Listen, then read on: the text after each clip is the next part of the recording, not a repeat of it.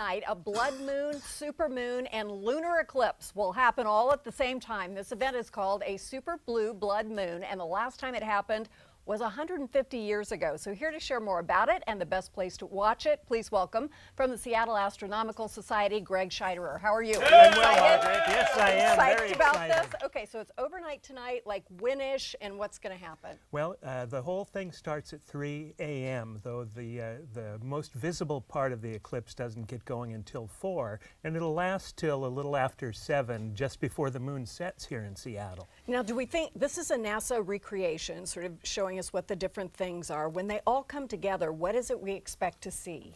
Well, we'll see what we'll really notice is the blood moon, which is just kind of a nickname for a lunar eclipse. And it got that nickname because it often appears orangish to deep red, because the moon is within the shadow cast by the Earth, but sunsets all around the edge are red, and so that red shines onto the face of the moon, and so that's what we'll see. And we'll see the curved shadow of the Earth slowly move across the moon until the whole thing is a total lunar eclipse. Now, we know what this is. I can't imagine what this would be like for ancient civilizations when this happened. Were there like ancient interpretations of what this meant? You know, they were really great at watching the stars and the sky. They didn't have television, for one thing, and so that's what they did, and they measured their seasons by the moon. The months are divided into 12 because that's about how many months there are in the whole year. And so part of the original thinking about the blood moon was, or the blue moon, I get my colors mixed up That's sometimes. Okay. The blue moon was one that there was an extra one in that year, and so they had to figure out how to sort that out. And so they just said, well, this one is a little weird.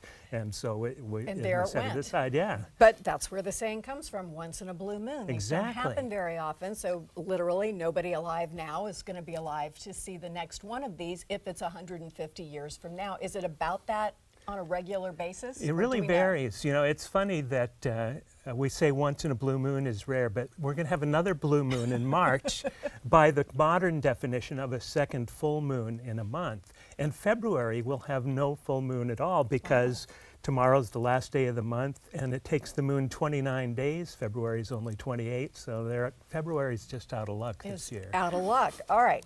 So where's the best place to watch this, and how much does the weather make it possible or not possible for us to see it? Well, we're counting on the King 5. I'm getting up at 3 a.m. I want to see something. I know, there's nothing worse than setting the alarm for no good reason at that hour.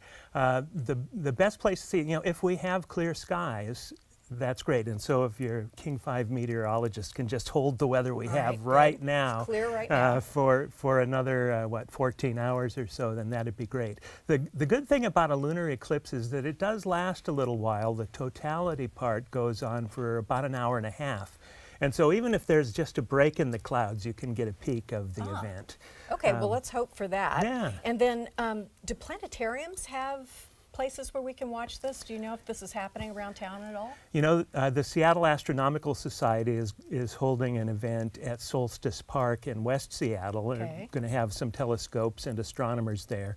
NASA is going to be streaming it for people who are clouded in, but really all you have to do is get out and look west at 4 in the morning and you'll be able to see this, as long as we have some breaks in the clouds. So tell me again, how long does the lunar eclipse take?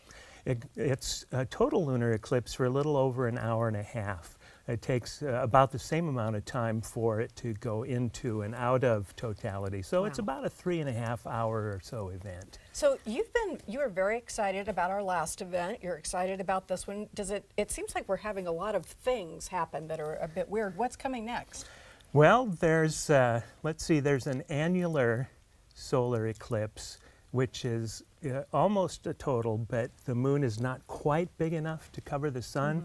So it's what they call a ring of fire, an annulus. And so that's what you see of the sun. And that's going to be, I believe, in January of next year. And it'll be on a similar path as the total solar eclipse from last summer. It'll go through Oregon and a little further south, Nevada and Texas and such. But, and there's another lunar eclipse also in about a year.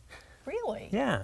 Now, are telescopes good for this, or is this the kind of thing we can't look at? What are we? You don't really thinking? need a telescope, but you can see some details and better features with a telescope, or a good pair of binoculars is always good.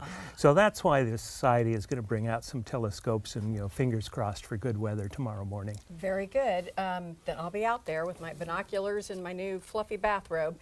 Everything's going to be great. Thank you so much. The Seattle Astronomical Society is hosting a viewing event at Solstice Park in West Seattle. Go in your jammies. It'll be fun from 3 to 7 a.m. And please visit our website for more information. Can't wait to see what NASA does as well. Still ahead, simple, vibrant, very cool ways to showcase your indoor greenery. Back after this.